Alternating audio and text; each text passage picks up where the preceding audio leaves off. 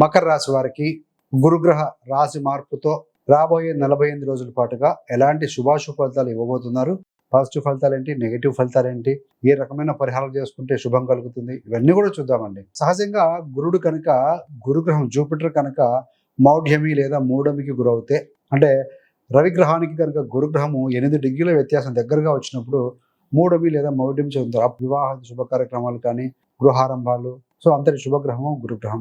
సహజంగా చూస్తే గురుగ్రహం యొక్క క్యారెక్టరిస్టిక్స్ ఏంటయ్యా అని అంటే, ధనానికి కారకుడు, కుటుంబ సంతోషానికి కారకుడు, స్త్రీలకి కుజుడితో పాటు గురుడు కూడా వివాహ కారకుడు, సంతానం కూడా కారకుడు, భాగ్యాన్ని ప్రదర్శించే ఆయన, ధనకారకుడు, ఆధ్యాత్మికత, సో ఇట్లాంటివన్నీ కూడా కారకత్వం వహించే గ్రహం ఈ యొక్క గురుగ్రహం. మరి మకర రాశి వారికి ఆయన తృతీయ వ్యయాధిపతి అవుతారు.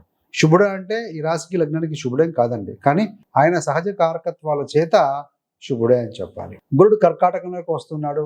28 అక్టోబర్ 2025 రాత్రి 7:35 కర్కాటకంలో ఎంటర్ అయ్యి నవంబర్ 11వ తారీఖున వక్రగతి చెంది, వక్రించినా కూడా డిసెంబర్ 5 వరకు, అంటే అక్టోబర్ 18 నుండి నవంబర్ 5 వరకు కూడా 48 రోజుల పాటు కర్కాటకంలో ఉంటాడు. వక్రీకరించిన స్థితిలో మళ్ళీ మిథునానికి వెళ్తాడు.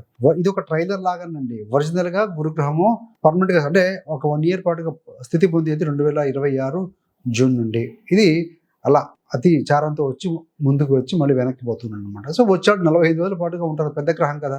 సో అందుకే చూద్దాం. కోణంలో గురుడికి శని గ్రహం ఉంటుంది. గురు శని కోణంలో ఉన్న కలిసి ఉన్న ధర్మకర్మ యోగం అంటారు. ఆధ్యాత్మికత వెళ్లి విరుస్తుంది అని చెప్పవచ్చు. ఈ సమయంలో మీరు తీసుకున్న నిర్ణయాలు రాబోయే రోజులు చాలా ప్రభావితం చేస్తాయని చెప్పవచ్చు అండి. మరి ఇలాంటి శుభగ్రహం గురుగ్రహము మీకు 7వ స్థానంలోకి వస్తున్నాడు. 7వ స్థానం అంటే ఏంటి? భాగస్వామ్యం. వ్యాపార భాగస్వామ్యం కావచ్చు, జీవిత భాగస్వామ్యం కావచ్చు, బహుదూరంలో జీవన విధానం, ఇవన్నీ కూడా ఇండికేట్ చేస్తూ ఉంటాయి. కాబట్టి వాటిల్లో కొంత మార్పు అనేది గ్యారంటీగా వస్తుంది అని చెప్పాలి. ఏ స్థానాలను ప్రభావితం చేస్తాడయ్యా అని అంటే, 7లో ఉండి 11వ స్థానాన్ని, మీ యొక్క రాశి 1వ స్థానాన్ని, అదేవిధంగా 3వ స్థానం, 7, 11, 1, 3 స్థానాల ప్రభావాలు అధికంగా ఉంటాయి. 11 అంటే నెట్వర్క్, ఫ్రెండ్స్, లాభము, గెయిన్స్, ఫుల్ఫిల్మెంట్ ఆఫ్ డిజైర్.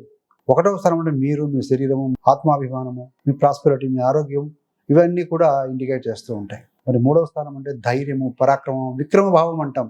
సోదరులు, మీ ఎఫెక్టివ్ కమ్యూనికేషను, మీడియా రంగము, సోషల్ మీడియా, ప్రయాణాలు, ఇవన్నీ కూడా ఇందులో ఉంటాయి. ఇవన్నీ ట్రిగ్గర్ అవుతాయని చెప్పాలి. మరి కేటగిరీ వైజ్గా చూసినప్పుడు మొదటిగా విద్యార్థులకు ఏ విధంగా ఉంటుంది, స్టూడెంట్స్కి అన్నప్పుడు ముఖ్యంగా ఏంటంటే, విద్యార్థుల విషయంలో ఏంటంటే కాన్సన్ట్రేషన్ ఉంటుంది, కమ్యూనికేషన్ స్కిల్స్ పెంచుకోగలుగుతారని చెప్పవచ్చు.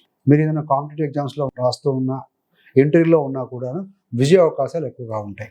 ఎందుకయ్యానంటే 3 ఇక్కడ 7, 11 సంబంధం వచ్చింది. కామ్య త్రికోణం, డిజైర్స్ ఫుల్ఫిల్ అవుతాయి. మరి ఉద్యోగస్తులకు ఏ విధంగా ఉంటుందయ్యానంటే